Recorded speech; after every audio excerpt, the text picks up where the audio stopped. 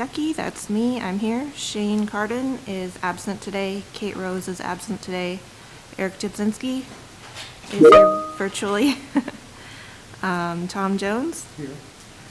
Stefania Huerta is absent today. Vicky Biggs. Here. Do we have our student rep applicant on? Callie is not online and not in the crowd. Okay. And then Councilmember Eric Marshall. Here. All right. Moving on to item 2, approval of the agenda. Was there any questions about the agenda today or changes to be made?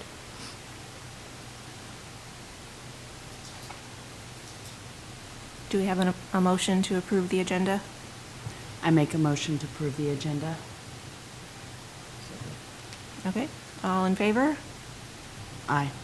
Okay. The agenda. Aye. Thank you. Hey, we can hear you, Eric.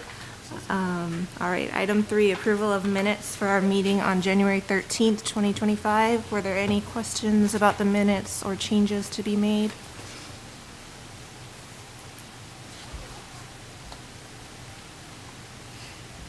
If not, do we have a motion to approve the minutes?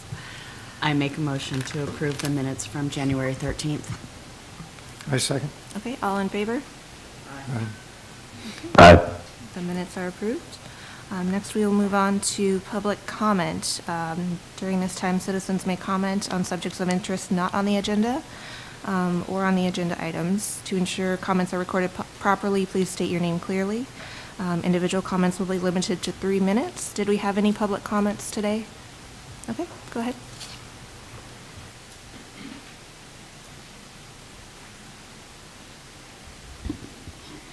Hey everyone, nice to see you. I'm Kyle Renninger with the Gary Oaks Society. I wanted to take just a quick moment today to give you a little bit more background and context on the Gary Oak Tree Protection Code. So Gary Oaks, starting back in 1982, the council passed a resolution encouraging their protection. From 82 until 1990, there were no true protections. It was only a recommendation that they be protected, but it was not an actual ordinance.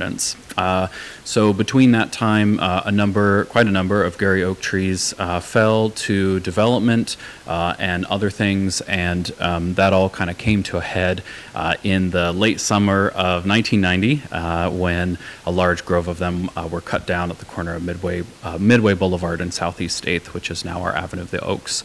And so the citizens came to the council meeting. It was a packed house, standing room only, and they asked the council, specifically through the Historical Society, which was leading the charge at the time, to pass an oak tree preservation ordinance.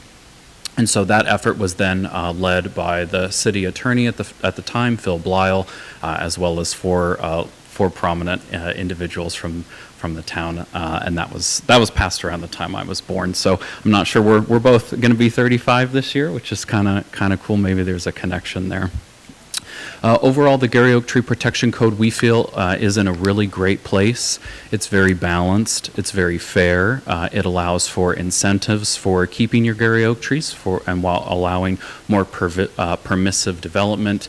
While you are not permitted to remove a Gary Oak tree, if it is still alive and healthy, tree trimming permits are free, which is really nice. So landowners do not have to pay and are not required to pay any money to the city. They just simply require a free permit and then a consultation with the city's arborist. When you think about that in the greater context of the city of Oak Harbor, no other trees are protected. So when you see a lot of these new developments going in, right, they just completely clear cut the entire lot. So in the context of the greater Oak Harbor area, we only have tree protections for one tree. Compared to other communities on the island, for example, Coupeville requires a 30% canopy retention on any new development. Other cities like Seattle have very strict requirements for every tree, no matter the type. So in Oak Harbor, we protect that one tree that's really special to us. We did work with the city, I think it was 5 or so years ago, time flies, it may have been a little bit longer, to update the ordinance. Two of the changes that we made, number one, no invasive vines. So one of the greatest threats to Gary oak trees that we were noticing at the time is ivy, especially invasive English ivy. These trees are not meant to have large infestations of ivy, and what that essentially does is makes the tree act like a sail. So it adds all this extra weight, extra drag, and then they just fall over because they're not meant to have all that ivy. So we got that change put in, and then we also aligned the code to better scientific best practice. So before it used to be that the protection area was the drip line of the tree. Really what we're trying to do is protect the critical root zone. Gary oak trees have a tap root that typically goes straight down. That's one big root or several big roots.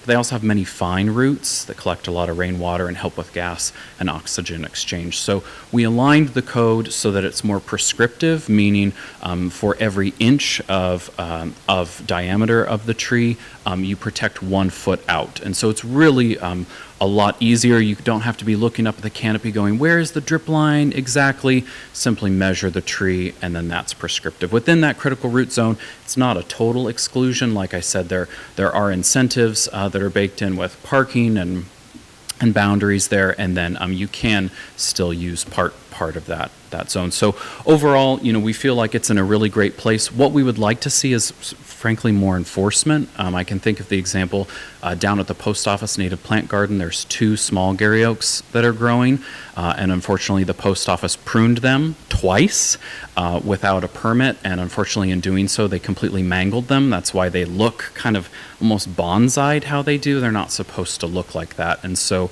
really we think one of the opportunities is not necessarily to change or modify the code, but it's to ensure, actual enforcement. And we're not saying financial penalties, but just ensuring that they are, because we can see other examples. If you were here when the trees were trimmed at Edward Jones, those trees got butchered and then they died. So these tree trimming pieces, it's actually really critical. If you think about cutting off one of your own limbs, you would want to do it very carefully and very thoughtfully. So I think overall, the message here is that many of the trees that we have in our town are 200 to 300 years old, and that predates the Euro-American settlement of our town. And I like to think of them almost as monuments to the people who came before. These are not accidental trees. These are not an accidental forest. These were gardens, true gardens of Eden that were planted and that were maintained. So I like to think of them as monuments to our heritage. And with that, I think is both a deep honor that we can continue to be stewards of these trees, and a great and incredible respect for how we still have that connection to so long ago. So we're really looking forward to the discussion. If we can be of any assistance, if we can answer any further questions, this Gary Oak Tree Protection Code is really important to us, and we look forward to working with you. Thank you so much. Thank you, Kyle. Did we have anyone else here who would like to make public comment? Okay. Seeing none, we will go ahead and move on to our discussion items. Item 5A is Flintstone Park. Hi, so we have previously made a few presentations on this item. The commission did pass a motion for approval of one of the layout options. We brought that to council at the last workshop and had some discussion on that. There was no formal motion from the workshop, but we did ask for feedback and just to get some thoughts from council. What we heard was that they would like to see kind of 2 primary options return, one being the option 1 that was approved by the Art and Parks and Recreation Commission, and then they wanted to see the original option brought back as well, with closing off the roundabout at the end of the lower parking lot, or trail adjacent parking lot, and having more discussion with Public Works and PD. That option, I think, could be viable. We don't treat roads within parklands as right-of-ways, even though it's listed as right-of-way on our survey descriptor maps. That's because it used to be a right-of-way with Dock Street back when the wharf was in place. So we don't have to meet the same requirements for right-of-ways within the park area. Having said that, we did last weekend, a week ago, move the barrier to the end of the parking lot and kind of open that back and forth up, allowing people to go back and forth on the narrow one-way street. See how it goes. I haven't heard of any issues with that yet. We did receive an additional public comment on this item, which I'll share at the end here, but I thought I would just go back over the presentation. You've seen this a couple of times, and this is what we shared with council.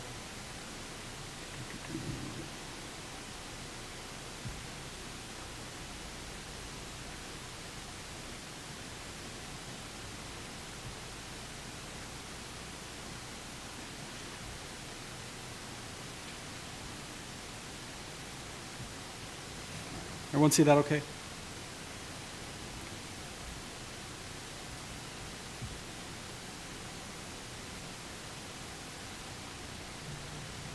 Okay. I'm not going to get too much detail because we've talked about this a few times, but just for the benefit of the public watching, council approved the installation of the angel statue in February 2 years ago. The installation did require reconfiguration of the park and removing at least a portion of the roundabout because that statue was installed right in the middle of the roundabout. We looked at a couple different options with it. I think originally when we talked about the location of it, the plan was to just simply close off the roundabout and let people go back and forth, and we would just kind of widen that that roadway if needed. Some of our discussions, so back in August, you guys made a motion of approval for reconfiguration of the park. We did take that to the subcommittee to discuss it, the groundbreaking, and look at different reconfiguration options, and propose parking for the area to bring options back to the commission. We did bring those options back, presented that reconfiguration to council at a workshop, along with a proposal from Beth Munns, who was part of that committee during the installation of the angel statue, to relocate the flagstaff to Veterans Memorial Park. So we updated council that we would need to reconfigure the park, had some good discussion around the flagstaff removal. It was a workshop. There wasn't a formal motion, but the indication was that council was good with the moving of the flagstaff to Veterans Memorial Park. We did have quite a bit of difficulty with that move. We got a crane out and found that part of that flagstaff was actually embedded within the base of that. Navy had a similar issue. They ended up just cutting off the bottom of theirs when they relocated it to the administration building. So if we are to move it, we would need to destroy the base, and we wanted to make sure that there was full consensus and a motion from council approving that move before we did anything permanent. So it has not been moved. We haven't been able to resurface and get that repowder coated. The date, which was originally going to be Veterans Memorial Day, has been pushed back to either Armed Forces Day or the Military Appreciation Day.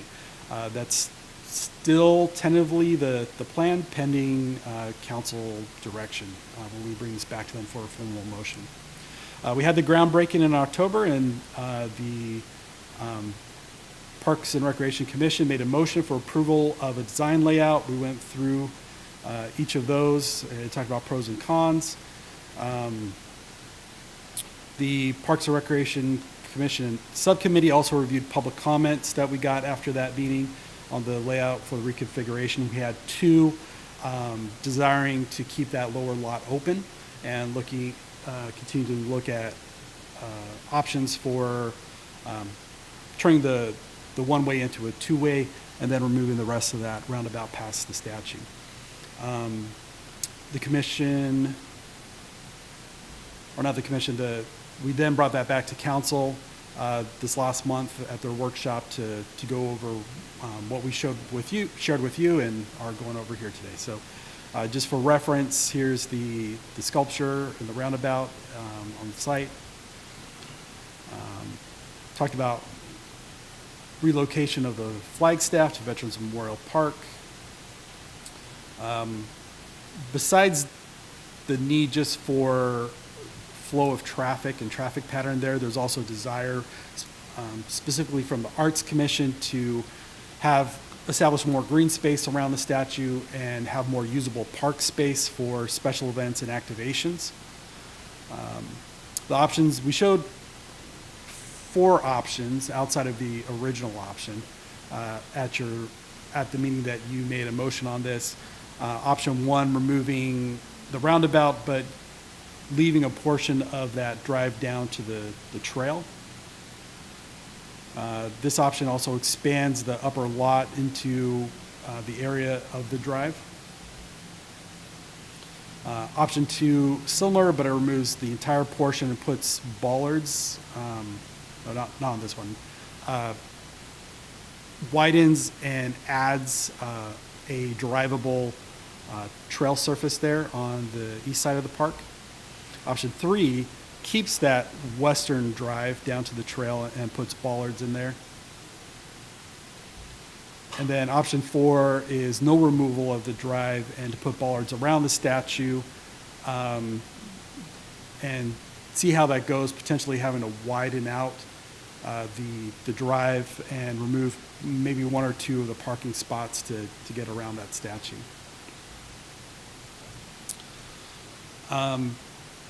We did get comments on how the park is currently being utilized. Right now it's mostly utilized as an event space.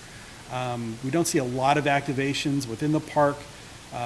We do see a lot of use of the trail along Bayshore, and we would like to continue and encourage and beautify and widen and make that trail really into what you consider a shoreline boardwalk in the future. You guys did pass a vote on option 1. We had one of the 2 commissioners at the time that were out during that vote. It was a 3-2 vote. Like I said, we received 2 public comments regarding it, both of which came after the vote and both encouraging to keep the lower parking area accessible. The Arts Commission expressed their desire to see the waterfront parking area removed. They have very strong feelings about that. They really want to maximize the green space around the statue. We also, I'm going to close out of this for 1 second and share that public comment, which I apologize, probably should have just shared that during our public comment period.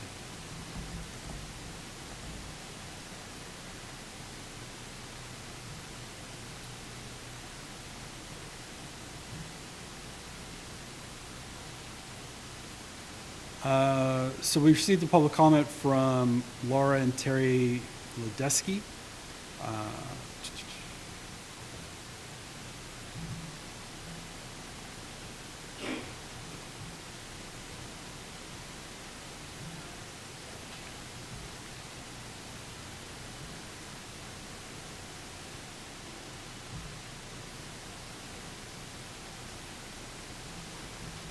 And that might be hard to read. I'll read it here. It says, when we walked for the first time to see the new creativity sculpture, we were immediately struck that the new sculpture and the American flag and pole could both be much more respected if they each had their own spaces. Windjammer Park seems to have plenty of room for options for the American flag and its pole or the Veterans Memorial Park. And the sculpture could benefit greatly from an aesthetic perspective to then have its own space. This is how most sculptures are displayed, so there are other reasons than whether or not the flagpole is a hazard, and if not, then leave it. Thank you. The other public comments we received.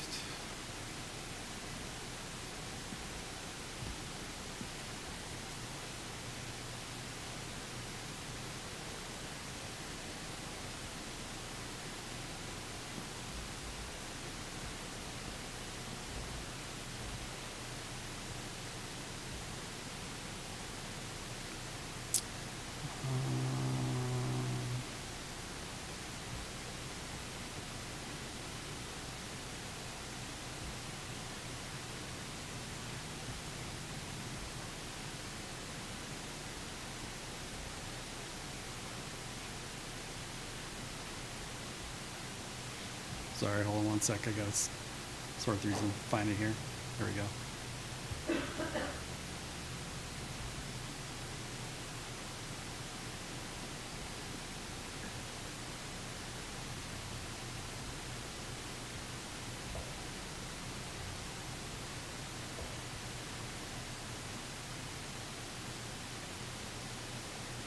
This one is from Kyle Renninger. And again, I'll read that since it's a little small.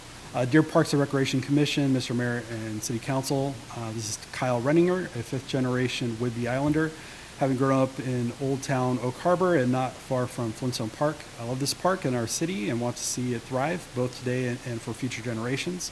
I want to respectfully share my public comment regarding discussion on Flintstone Park redevelopment. I think another option that should please be added for community input and consideration is keeping the existing parking as it is with some modification of the loop to achieve some space around the statue, as it seems that's perhaps one of the main drivers of what you are really looking for solution-wise. I went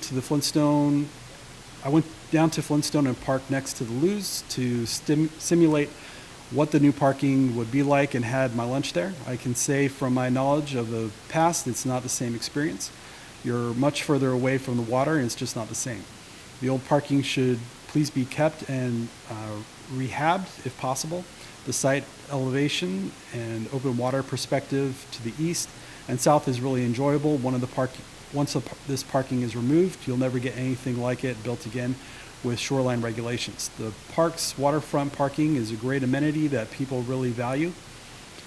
For written evidence that supports this claim, please go back to the public comments that were submitted during the Windjammer redevelopment, during the open houses and comment periods, and see how many people asked for the waterfront parking to be kept. I remember this being a considerable number. If you have a minute, you might also go down to Windjammer to see how busy it can be for people who like the park and eat lunch or relax on the west side of the park in the shoreline parking lot. It's very popular year-round. This is one of the main things people have loved about Flintstone Park over the years. Shoreside parking is a valuable, distinct and unique park amenity, especially living on an island and with the view the park has. Parking next to the toilets just isn't an equal alternative for my site visit, personal experience, and the desires of the citizens expressed as written comment from past related projects.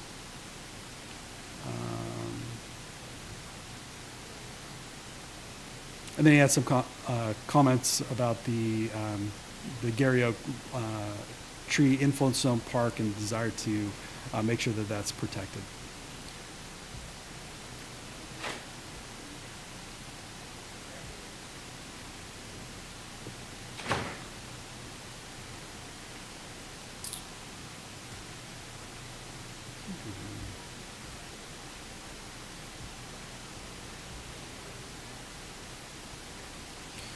Okay, so just a couple of views of the park. This is from the east side trail. Option 2 would expand that trail to more of a larger 10-foot wide pathway that is drivable. Here's a look at the south lot there, which would be removed with options 1 through 3. The trail on the south side of the parking bumpers would remain. And here's what the original layout we were looking at installation was to remove the drive from the end of the parking lot over and push that existing parking in a little bit, and then, if needed, expand the parking lot, depending on how difficult that's going to be regulation-wise. We're ready right now to remove the asphalt in whatever configuration the council decides on. Any improvements, or rather additions, which include improvements deeper than 1.5 inches of the current pathway, does require permitting. It's treated as new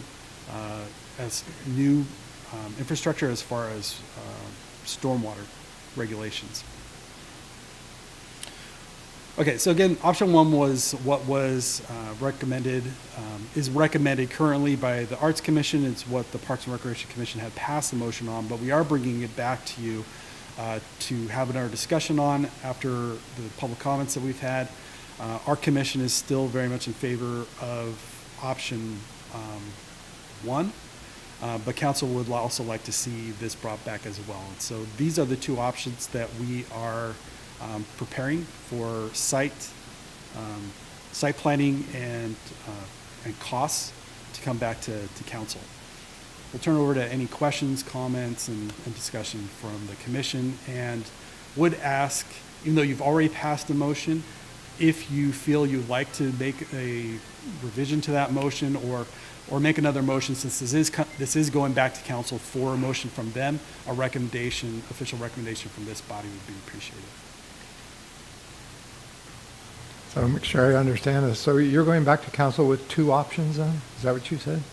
Yeah, we'll be presenting one, we'll call it option one and option two. So option one is removing the roundabout, the drive-through. So traffic would only be able to come in at the upper parking. We would expand that parking a few stalls, and then keep a walkable path down to the trail. The relocation of the flagpole, with or without, with either of these options, are also what we'll be asking council to give us direction on. And then option two would be to remove the drive from the end of the lower parking where the statue is forward. We would go ahead and expand parking as able down a few slots on the upper parking lot, and then keep the lower parking lot. Since we're not technically required to widen that drive, we won't for now. We'll monitor it and see how it goes. We want to make sure that cars aren't having to pass each other and tearing up the turf too much on our side, but if we need to, we can expand that in like a future phase. Okay, I still support our recommendation previously for option one. Is that right, option one? If the council, wants to consider the other option, I would strongly suggest that it be landscaped as best it can to maybe mask the parking as a parking lot. In other words, some kind of hedging or landscaping to soften. So when you're walking the trail, it's not all concrete. Back into that's my comment. I would agree with that, landscaping to kind of make it flow a little bit better visually. My understanding was there was that original plan, and then we got feedback that plan wouldn't be the best because of the, turning around and headlights in the adjacent condos and things like that. So that's why we went to option one. It seems like the general consensus from council and from the public is they would like to keep that parking area. So if the original option is in fact an option again, I feel like that's maybe the direction we should go. That's just my perspective. Yeah, I guess to add to that. So yeah, the reasons why we put aside option one there's three of them. One of it was that it would require removing a couple of the parking stalls to allow people to back up and then head out. which diminishes some of the usefulness of that, but still keeps, I think, a good handful of stalls there. The second reason is that we were greatly discouraged by development services of doing that. There is concerns with the condos, which I think might have been why that was a one-way roundabout to begin with. As far as I know, there's no restriction on doing that. I think it was just communication when that was built with the condos and concern around there. And then the third one was the ability to widen that path. We looked at what the requirements were for right-of-way for a two-way drive.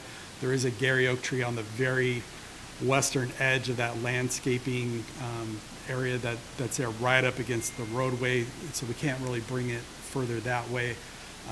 And looked at how much can we bring it to the west, and we don't quite meet that width requirement of a right-of-way, but now having heard that that may not be an issue, that we have to meet those requirements, that removes that issue. Has there been any further comment from development services regarding that, or they just? Nope, they maintained their Okay, recommendation. okay. Any other comments? Go ahead. I initially supported the option 5, and I still think that's the best use, the highest and best use of the park, is to allow people to park there all year round. I don't think that we're going to gain that much more green space by removing that parking lot. Mr. Redinger provided council with a perhaps lot line adjustment that would allow for some of that widening of that road. And so I'd like to see our development services consider, actually look into that and see if that is a possibility to widen that to allow for that two-way exchange. But I just, in the community feedback that I've received since this has gone public is overwhelmingly retain that parking space. Don't get rid of it. And so to Mr. Renner's point, once you get rid of it, we're not going to get it back. And so I personally will be supporting the idea of retaining that parking there. So. I have also received quite a bit of feedback in the same vein as Councilmember Marshall.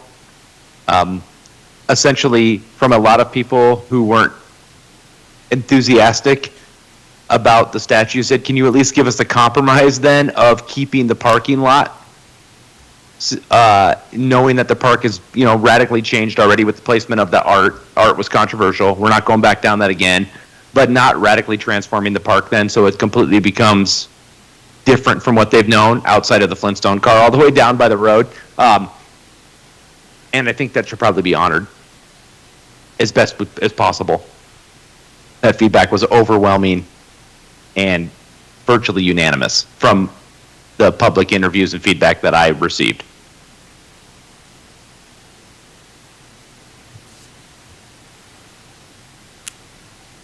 I personally still like option 1.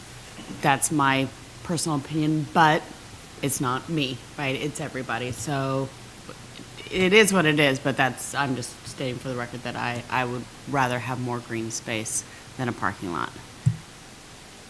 Yeah, I think personally, aesthetically, I prefer option 1, but based on the consensus with city council and the public feedback, I would say the original option is a good compromise.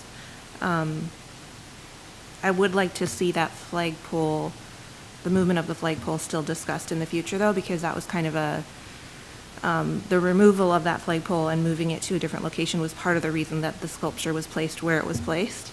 I don't know if it would have been placed exactly where it is if the Arts Commission had known that the flagpole was staying.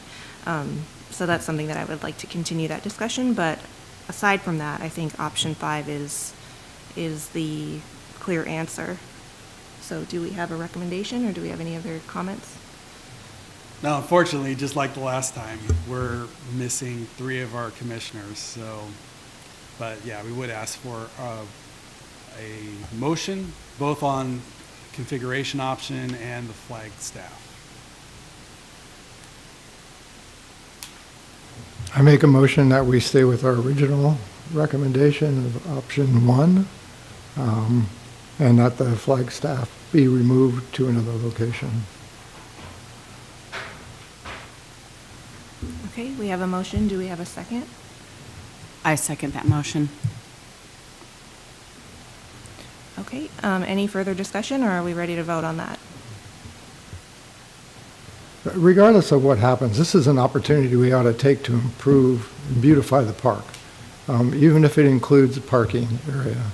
I don't think we should lose this opportunity and momentum to make it a better park than what it is. And I go back to what I said earlier. The park is used, I think, mostly for people walking the trail. And if we can make that something other than a concrete experience, we should. So that's where I stand. And I'll speak to that just real quick as far as budget-wise. So we have $12,000 specifically for the removal of the asphalt and reconfiguration of the park for Flintstone Park. We have additional funds that are left over from a Windjammer shoreline erosion protection that can be redirected for that as well as a storage shed for Hal O'Malley that we haven't moved on, that could possibly be redirected if needed. But we should have plenty of funding to do some beautification as well.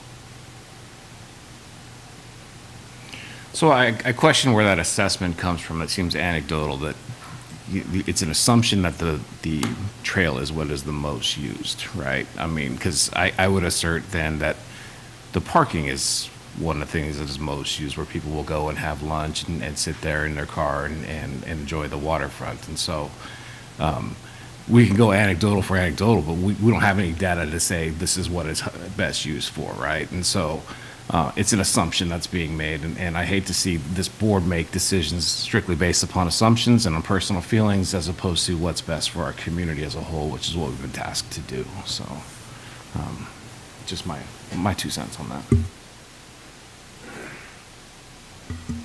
Okay, we have a motion and a second. Are we ready to vote on that? Okay, the motion on the table is to recommend option 1. All in favor? Aye. That's 2. All opposed? Aye. Okay, so that's 2-2. We have a tie. We haven't had that here before. What do we do in this instance? I don't know, do we have a tiebreaker, or usually in the case of a tie, it fails for lack of majority? Unless there's, I don't know if Eric Marshall can count as a tiebreaker or how that works with a commission. No. So I would say it fails for lack of majority. So that motion fails. Go ahead. Is there a problem with just sending the 2-2 vote forward to the council as is, without a fail or a pass? You can defer to council. Yeah. I can bring to council that it was a split vote, which is not unlike the last vote as well, right? It was a 3-2 last time. And I can get your comments and share your thoughts on reasoning for both ways on the vote and share that with council if you'd like to do that, other than if you don't want to put forward another motion. If it's going to be the other way, or there's not an adjustment to that first motion, then let's do that. I think it makes sense to share those thoughts with council next time we talk about it. Yeah, I agree with Carrie. Do you want to split it out and do another motion on the relocation of the flagstaff to Veterans Memorial? Yes. Yeah. Do we want to have any conversation about that, or are we ready to make a motion? I do think it makes most sense to move it to the Veterans Memorial. So I make a motion to do that. Is that what I need to do? Okay, we have a motion and a second, so all in favor? Aye. Okay, that passes unanimously.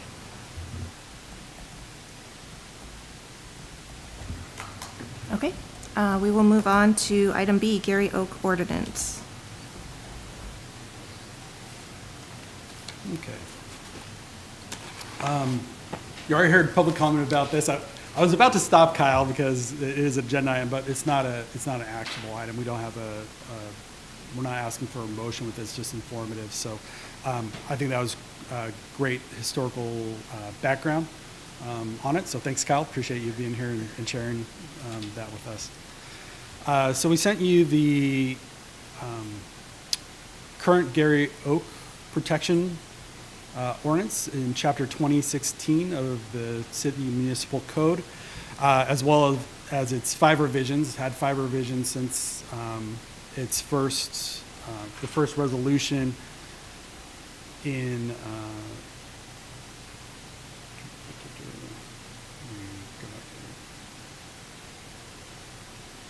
make sure I say this right, in 1991. I'm going to show my screen here. We'll just go over it together here.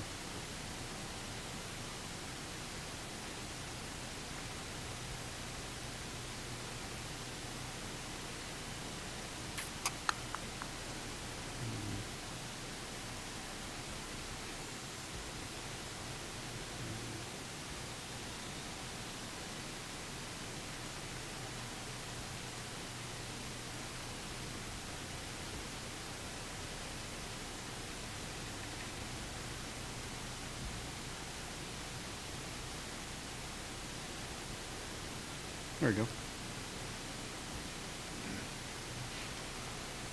Okay. Hopefully you can see that okay. I'll try and read through it as well in case you have any difficulty with it. So the Gary Oak ordinance has seen some revisions and changes over the 5 revisions. Right now, it's currently sectioned in 3 areas. One for harm prohibited, the second for permits for removal, topping, and trimming, and the third for variances. There are several changes that were made that removes some of the definitions that were in the original resolution. The definitions for the Gary Oak tree protection was removed to the chapter, heading for chapter 20, which goes over in environmental protections and adds it to other sections like wetlands and things like that. From the original definitions, area devoted to oak tree use, jeopardize, lot development, lot partially developed, lot underdeveloped,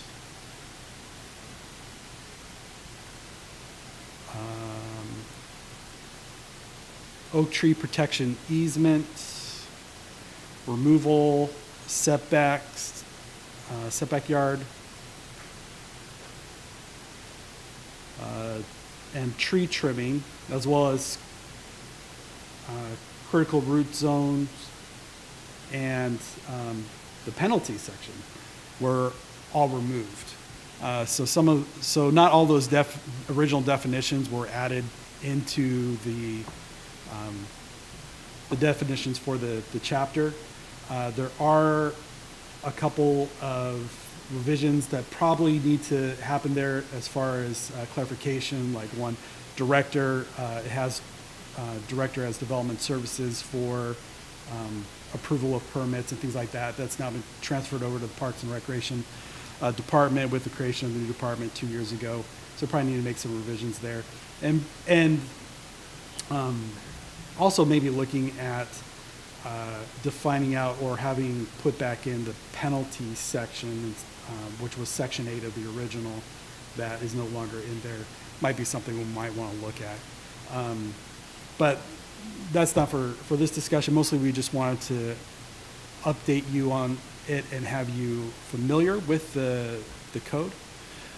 As we look at several different projects that have concerns around Gary Oak trees, we had the Gary Oak Society come and present to the commission about additional phasing project at Centennial Grove to plant additional Gary Oak trees there. We have had some discussion around protection of the Gary Oak tree at Flintstone Park. We also have a Gary Oak tree that has died out, and several that aren't doing very great around Veterans Memorial Park as well, and looking at a proposal to replace those and whether that should be done or not. So as we have these discussions, it's important for you guys to understand what is included in the Gary Oak tree protection. Section 2016, harm prohibited, it says no person shall remove, top, damage, destroy, break, injure, mutilate, or kill any Gary Oak tree or permit any animal under his control to do so, or allow ivy or other invasive vines to take over any Gary Oak tree, or to permit any toxic chemicals to seep, drain, or empty onto or about any Gary Oak tree except as allowed by this chapter. It does have in here establishing of critical root zones, which that should be added into the definitions for the section, which Kyle talked about, as well as in development, looking at protections and mitigations of harm to Gary Oaks. No roots greater than 4 inches in diameter shall be cut, even if such roots are outside of the CRZ. Make all necessary cuts to tree roots clean with sharp tools, soil composition, changes soil grades, different things like that.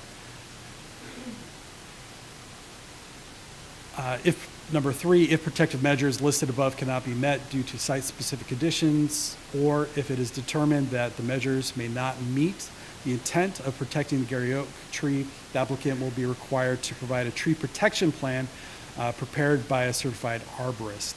And we would have them confer with our city arborist to go through that checklist. Number 4 is one that we want to look at as well. No hard surface areas shall be allowed within the drip line of a Gary Oak tree to the maximum extent possible. An administrative variance may allow hard surfaces up to 25% of the area within the drip line where there is no practical alternative. So I want you to keep that one in mind as we look at the permitting. So permitting is particularly for if a tree is so diseased or damaged that it presents a danger to the public.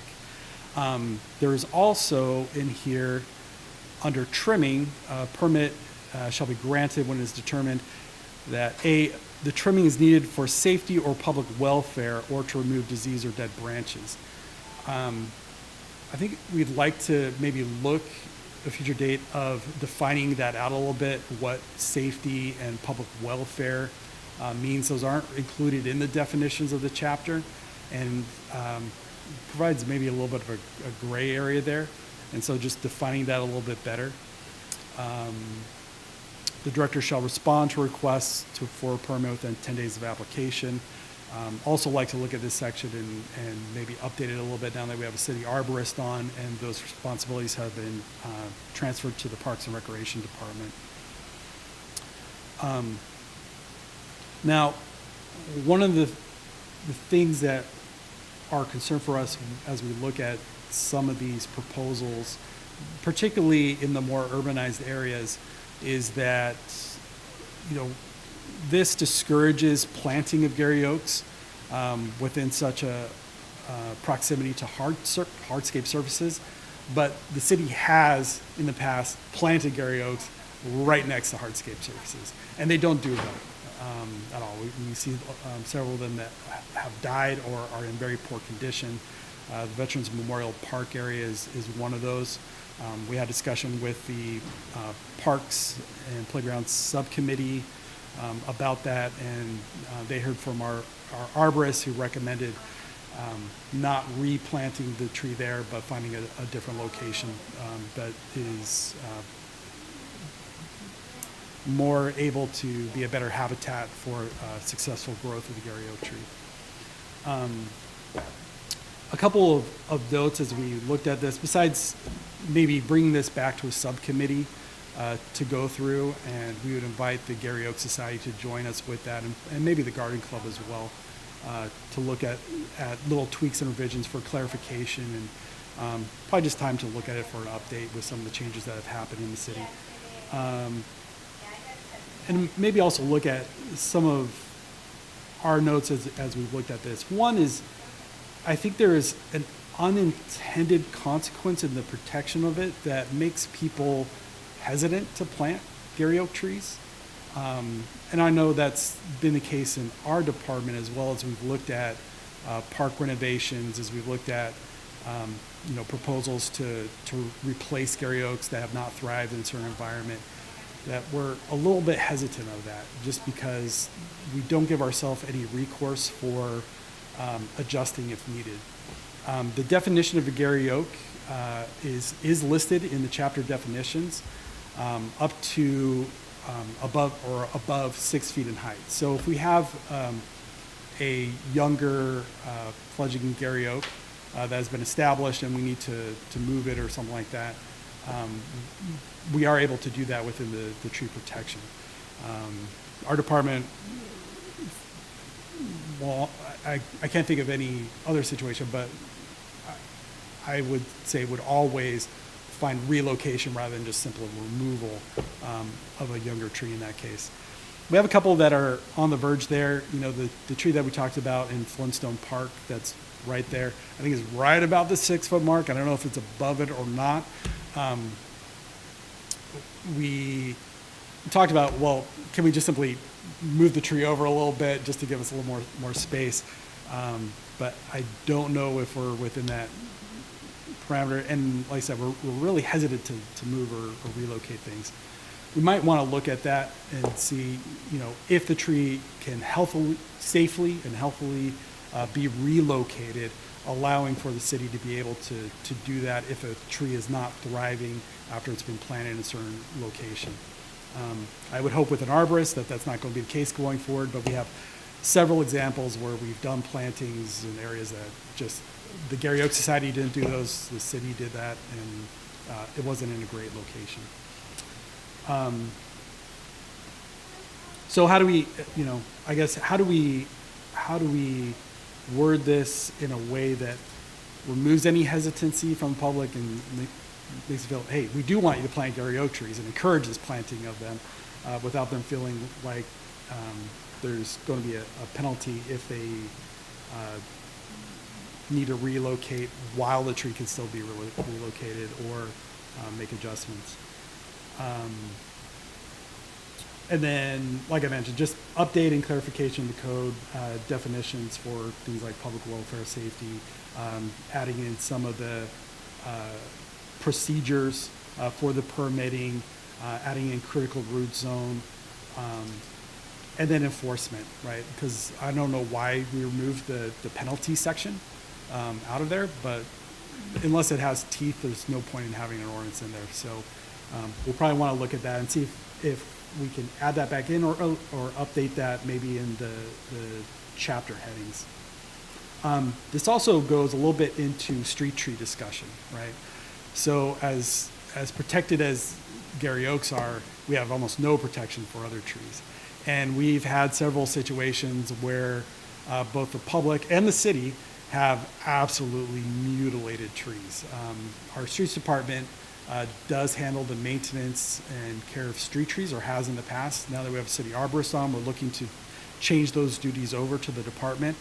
But if you go up Barrington Avenue, you can see a great example of that. All those trees, every limb has been taken off. All that's left is the trunk. We have plenty of large stature trees that are adjacent to sidewalks and in right-of-ways. So I don't know if that is so much for sidewalk protection as it is for sight lines of homeowners that are adjacent to that. And that's something we want to look at. I think there needs to be a good balance there of healthy tree protection and how we want to beautify our spaces and the desires of adjacent property owners and their responsibility to those street trees, which is also kind of a gray area. Who does the responsibility of adjacent property owner of trees in the right of way? What is the financial responsibility? Right now, it is the adjacent property owner that's responsible for that maintenance. That provides quite a bit of a financial burden to the property owner, and also they don't really have the expertise or desire of care for those trees in the right of way. And so we would like to have a city arborist listed in there as working with the adjacent property owners, and the city have the ability to help with the financial burden of that as well. So that's a little bit of an overview of the ordinance as we have discussion around the projects that were proposed by the Gary Oaks Society last time, by Kyle here. I think those are all great projects. My original feedback from them is that I think the Gary Oaks Society has done a great job in planning, and they have provided the department with great documentation and plans and folders of different areas, especially like around Centennial Grove. But there hasn't been any official city plans around some of those areas, right? So around Veterans Memorial Park, around Centennial Grove, what does that look like? There is some misinformation in some of those plans. One that came up was how many people can be within a runway protection zone area. Centennial Grove specifically has a zone 1 and zone 2, and we can have 25 people in zone 1 and 30 people in zone 2. I might have that flipped, so don't quote me on that, but those are the amounts per acre, right? So for Centennial Grove, I think for the proposal, we'll want to talk about in the subcommittee and look at how do we want that space to be used. I think the intent is to have it as a Gary Oak kind of conservation area, right? Where those groves can kind of thrive in a more natural environment. Well, how do we want the public to interact with that and enjoy that space? Are pathways planned for that? How do people access it? How do we make sure that we keep within restricted use regulations of that space? Those are all things that we want to consider as we look at that proposal. And I would like to get back to the Gary Oaks Society soon about that. I love their enthusiasm and let's get these projects done, and we want to partner with them. And we have the ability with the forestry grant to not only partner, but help and accelerate a lot of the things that they would like to do. As we look at beautification of right-of-ways with the forestry grant, I would love to have the Gary Oaks Society as part of that and look at how can we really proliferate and add a lot of Gary Oaks to our urban canopy, right? But I think that needs to be also balanced with looking at the Gary Oak protection and making sure that we place them not only in a place where they will thrive well, but also that won't cause the city issues with other infrastructure or things that we want to do with park renovation plans in the future, right? So finding a way for everyone to be able to come to the table and come and find a good designed, purposeful site plans that meet the needs of the city, as well as encourage planting and really showcasing the Gary Oaks, which are fairly unique to Oak Harbor, is also important. So quick overview, just to, I guess, introduce it to the commission. We will be having discussions with the Parks Subcommittee on this. Like I said, we'll invite stakeholders to those meetings, but just wanted to open up for any questions that you have, comments, feedback, or things that you would like us to bring to the subcommittee to kind of flesh out, and things that you'd like to see brought back to the commission at a future date. Do we have any questions on that? Eric, did you have any questions or comments? No, I'm good at this time. Thank you. Okay. All right, I guess we'll talk about it in the subcommittee then. Okay. Okay. Okay, so then we will move on to item C, which is student representative. We did have an applicant for a student representative, and Brian and I had a call with her last week. Brian, I don't know if you've heard more from her or not. She is reaching out to the principal to see if we can arrange for release time, hopefully with credit for participating in the commission meeting. That way, we don't need to reschedule this to accommodate the student rep. That's usually more of an issue during the school year. We still have a few months left of that. So as long as we're able to work that where she can attend, then we're good. If that is going to be an issue and she does request a change in schedule, just something to have on your radar, and we'll have to have a discussion about after that. Any questions on that item? Do you want to wait for her to be here in person, just to have a little back and forth before we appoint her onto the commission? That's up to you guys, I guess. I think it would be a good procedural formality, if nothing else, to actually have that kind of conversation take place. I would like to meet applicants as the vice chair. I think that would also be helpful for me to know that. But additionally, I think it was very helpful with our previous individual, and I would love to see that just kind of continue to begin building rapport. Okay.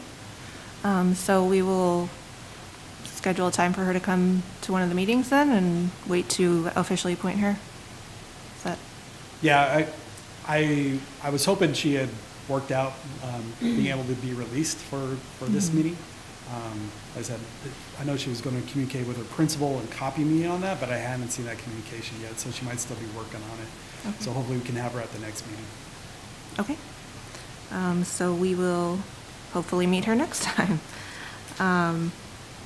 Moving on, we will move on to item D, subcommittee updates. We had our Parks and Playgrounds subcommittee.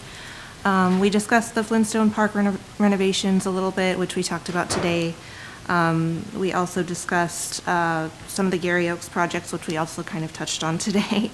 And then we talked about the Arbor Day planning. We aren't working with the schools this year to do an official event, from my understanding, but we would like to be able to kind of put something together to give to each elementary school so they can kind of work on putting on their own events for Arbor Day. And then aside from that, that's all I got. Do you have anything from that meeting? The only thing I would like to add is that the email that we received from the ex-student at Broadview Elementary that wanted to work with Broadview down there, I did reach out to the principal, because she's the principal of one of my children, and just let her know that this was something that if they want to partner with, to let me know, and we can move forward with that. So I just reached out to her on that. Okay, and then in our Programs and Events Subcommittee, we discussed the new activity guide, which will be coming out in April.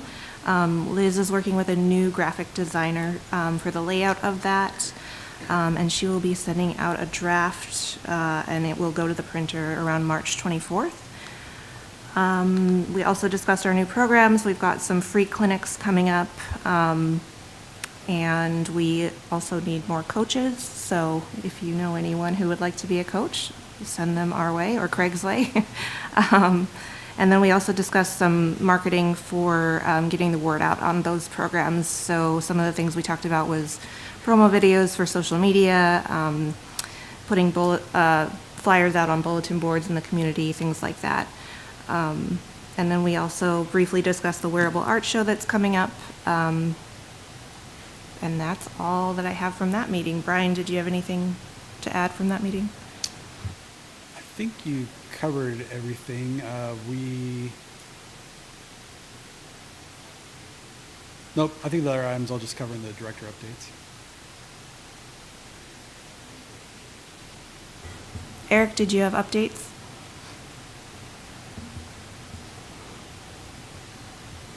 I was looking for my notes and have been all this morning. I lost a laptop where I'd backed everything up, so I'm trying to scavenge through the cloud to find where my notes were. I remember spending some time discussing pickleball. Again, looking at, I think, the nature of that project and some of the things. And we had a conversation at some point about Freedom Park as well. But Tom, I'm hoping, and Brian, you can refresh my memory here as I continue to scour my cloud looking for my documents. I apologize for being a little unprepared. No worries, Eric. I can go down kind of the things that we discussed and go ahead and jump in if you have anything you want to talk about with those. Yeah, so we did talk about pickleball specifically around any concerns around sound and noise pollution. So we are looking at that to try and get a measure of decibel level from the courts to the nearest residential housing. The sound profile will be different from the current environment. The built environment after implementation will actually lower those courts below ground level a bit, and there will be a berm there. So there's a little bit of a buffer. So try and figure out how to calculate that out from what it currently is.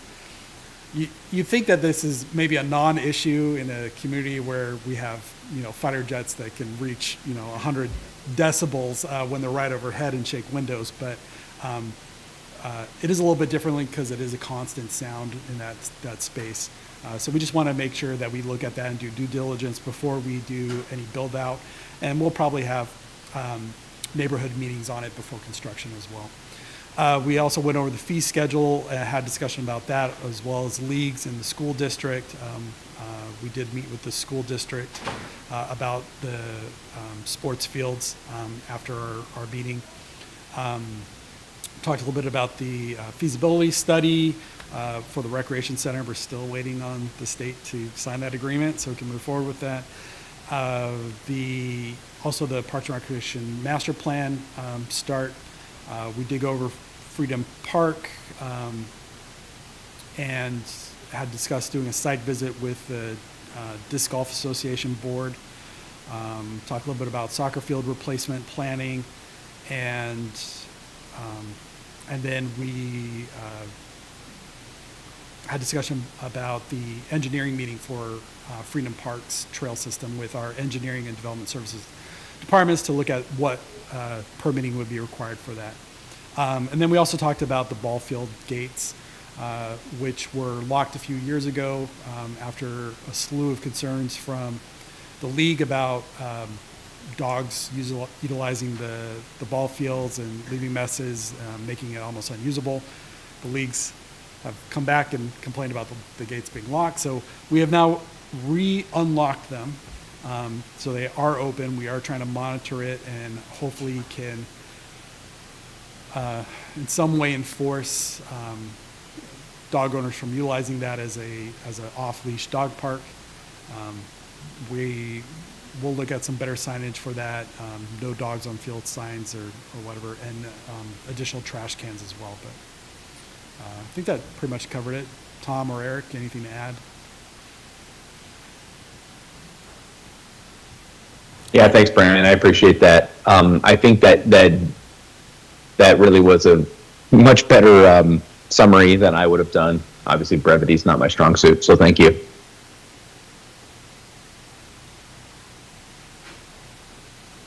I had a quick question. The fields, when we were talking about the fee schedule, there was some questions from leagues about what field is what, and this field is called a practice field, this field is called a game field. I don't know if you guys have discussed this in your subcommittee, but could we just number the fields and then in Civic Rec have, like, field 1 is football field, field 2 is multi-use field for football and soccer, field 3 is, whatever it might be, just to clear up any confusion about that, so that it's a little bit easier for people to understand? Yeah, so in the discussions we had with council and some of the public comment that came from the workshops and the council meeting, there's a few items of clarification that we're going to put into Civic Rec and have in the agreements. that rename those fields, just to clarify that, as well as some of the facilities, specifying Fort Nugent concession versus, the Windjammer concession. Also clarifying that tournaments is defined as out of area, traveling team, private organization type tournaments like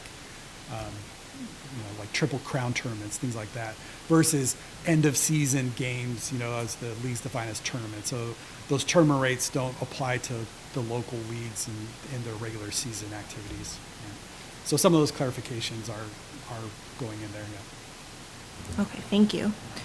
Did we have any other comment on that item, questions? On that note, Carrie, I think one of the challenges that exist with that concept too is we have an existing thought by the people that are familiar with soccer as far as what field numbering looks like versus what we need to standardize numbering, and that's creating some of the confusion. So the accompanying visuals and that kind of thing that will be standardized outside of soccer's sort of field crop rotation, for lack of a better term, that they use seasonally to mitigate distinct wear patterns in certain areas will be helpful to that end.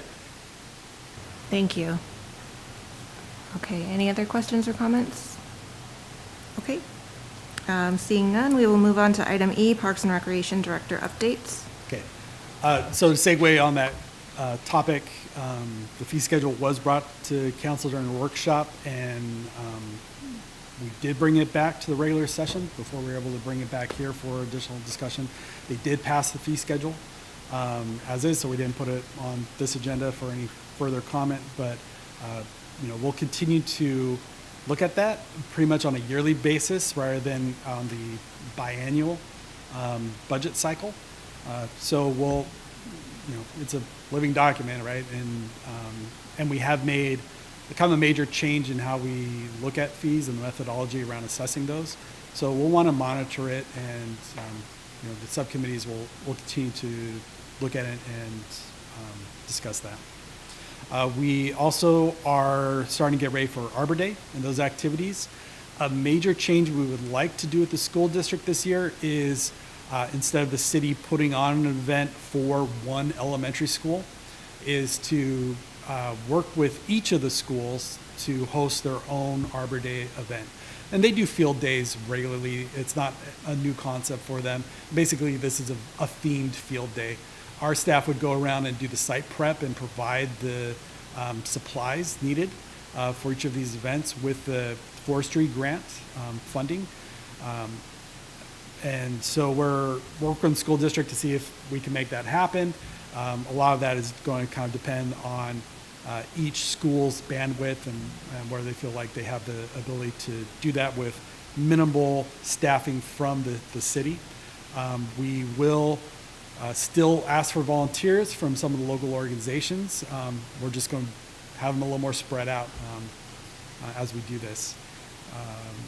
We, like was also mentioned, we are going to look at a kind of an Arbor Day installation activity at Windjammer Park. Would love to get the community involved with that one. We have a number of forestry implementation projects that we're doing. We currently are planning out the next year of those projects. Originally, our plan was to do the forestry master plan first and then let that kind of inform what projects we participate in. That plan is still going to be another year or year to 18 months out. So we don't want to wait for that. We already know of what some needs are, so we're going ahead and moving forward with that. On the forestry plan, we're in negotiations right now with a contractor. We're trying to get the budget to a palatable location. Along with construction costs, planning costs have also doubled in the last few years. So the estimates that we had when we first sent out the RFP came back much higher, around $200,000 higher. So we did look around and to see what were some local planning projects, what were their amounts, and so we're trying to negotiate those numbers down to something more in line with what we're seeing there. We would like to plan out a council workshop, joint workshop. Council has kind of moved away a little bit from the regular commission check-ins. So we want to be purposeful with this workshop. I think the intent in talking with Carrie and the subcommittees are that we want to sit down with them, present what your guys' priorities are for the next year, what you're working on, get feedback from them if that's in line with what their priorities are. And it's an opportunity for you to get feedback. Hey, we're your advisory commission. What are the things that you would like us to advise you on, that you want us to take and really work through the community and with the department and bring back to you in the next year, right? And so I guess I want to just put that out there. We've had quite a few conversations about wanting to do that. Is that still your intent? And if so, what would those agenda items be? And I really want to keep them down. These can go very long, and we probably only have 45 minutes at the most. So I'd suggest maybe like 3 items. Are we ready to discuss the master plan with them, or are we not quite there yet? We can talk about the scope of the master plan Okay, I think that would for be. the RFP, yeah. Yeah, I think that would be the main thing. Individual projects that we're working on, I mean, I'm always ready to talk about the accessible playground. I don't know if there's anything specific that you guys would have. I'm with you on that. Okay. Tom or Eric, was there anything that you would like to discuss? Okay. Eric, did you have anything? No, I'm fine at this time. Thanks. Okay. So is the desire you guys still want to do that joint workshop? Yes. Mm-hmm. Yeah. All right, I just want to make sure that it is very purposeful, that we have like some action items that we want to take away from council or specific asks from council, and that everyone feels like it's a good, productive meeting, and you guys get the feedback you need to direct you in your activities, and council feels like they're in line with what you're working on. Okay, then we'll work on scheduling that and work on that agenda. Wearable Art Show is coming up. Tickets are on sale. Encourage you to, if you're interested in attending that, do it soon. They always sell out. It's super popular, and it's a very enjoyable evening, super fun. Valentine's Day boxes are also available. You can get those at the center or online. As was mentioned, we are hiring for rec leaders for youth and sports. I think staffing is pretty much our main slowdown with growing the programs. We're just trying to get staffing on right now. Liz and Craig are having to cover a lot of programs and classes. So if you know someone that is might be interested in those positions, encourage them to apply and help us market and get the word out for instructors and rec leaders. And we do have a new department logo that's been given us by Maggie, and we are also just about finished with the design for the mascot, for the digital design. We are having a physical mascot created that will be attending our special events and some photo ops at meetings and programs and different things like that. So looking forward to presenting that to you once that's complete as well. Anything from you, Brandon? Yeah, just a quick rundown of parks. The Coochie Park walking trail down at Coochie Park is been going underway. We're over 50% there. It's coming along really well. That's approximately a 400-foot walking path, just an exercise path to open up Coochie Park, and it is going to give ADA access into the playground and the basketball court over there as well. So that's coming together very nicely.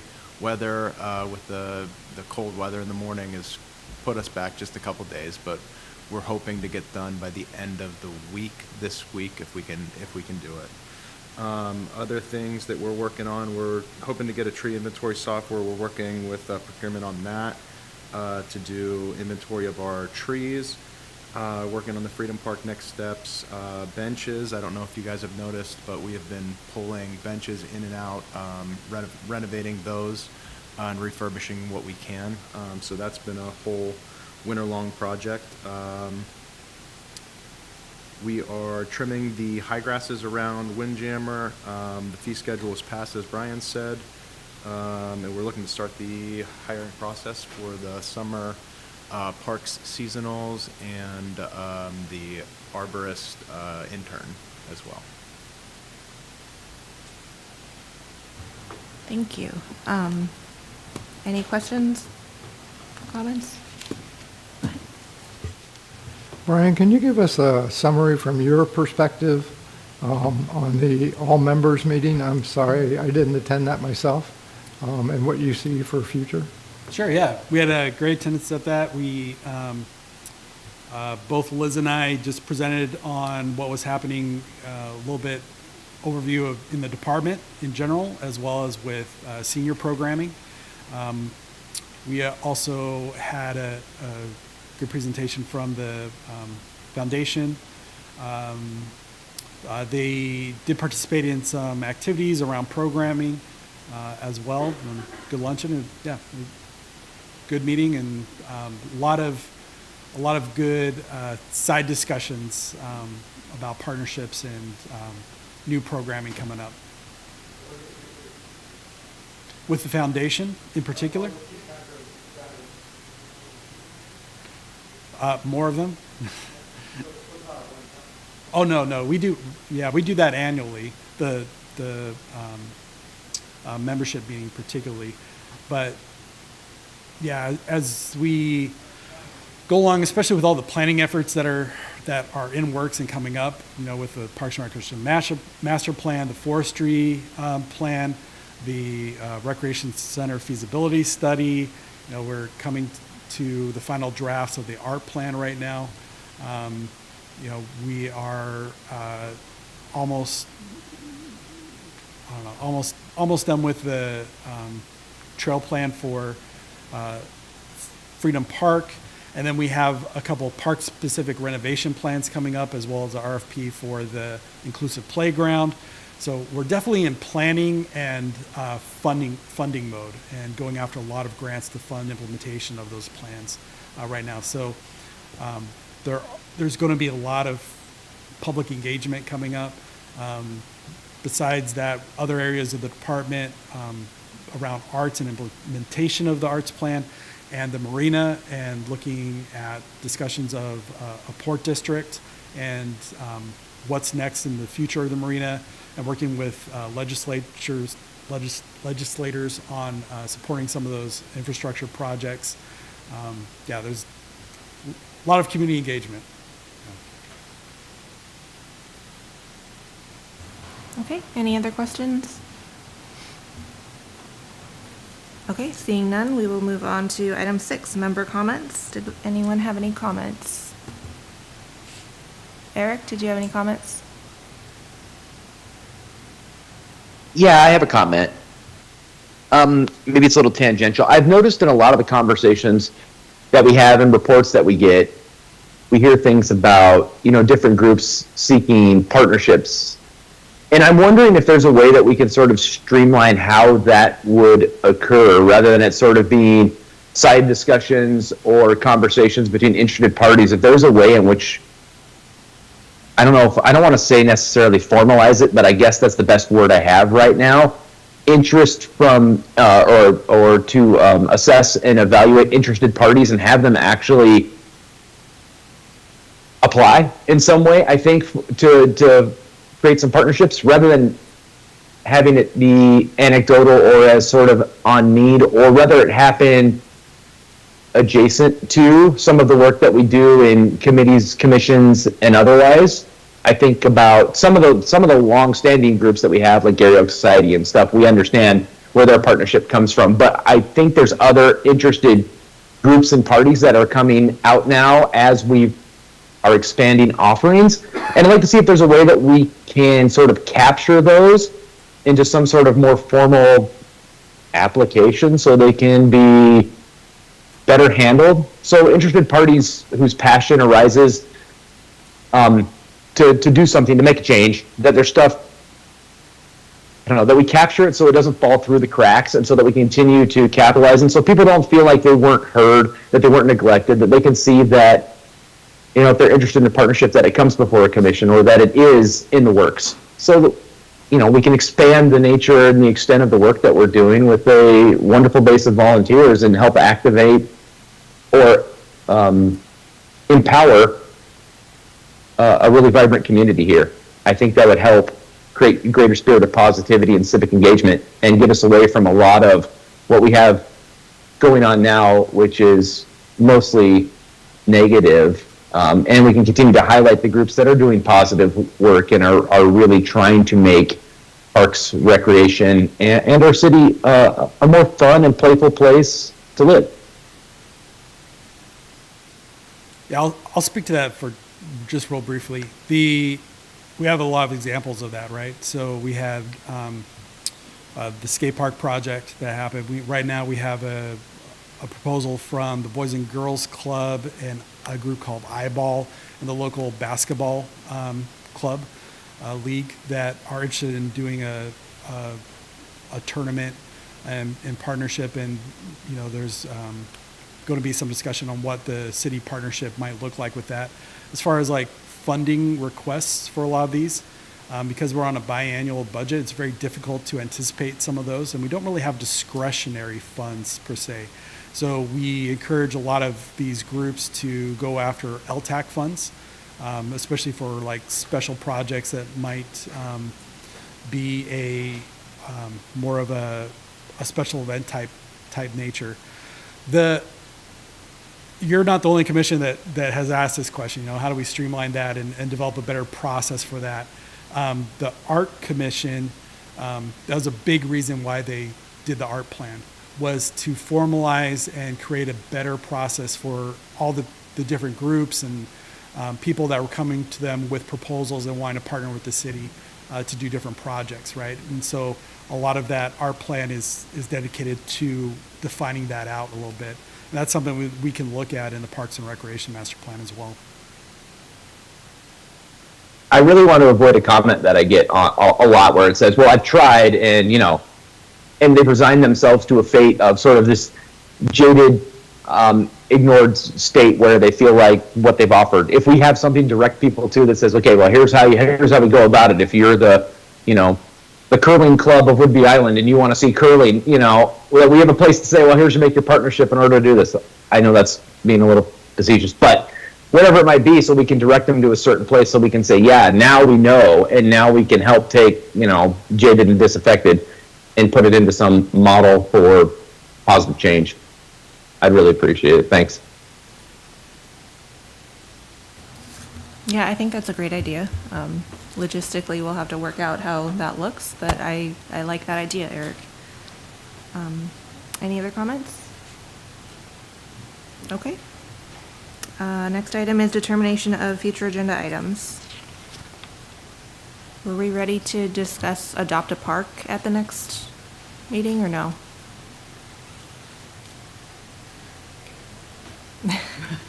It's okay if it's a no. I think we need to still flesh that through the subcommittee. Okay. So let's determine at the subcommittee if we're ready to bring that back to the commission. Okay. But we'll put it on that subcommittee agenda. Anyone else have any future agenda items at this time? Okay, seeing none.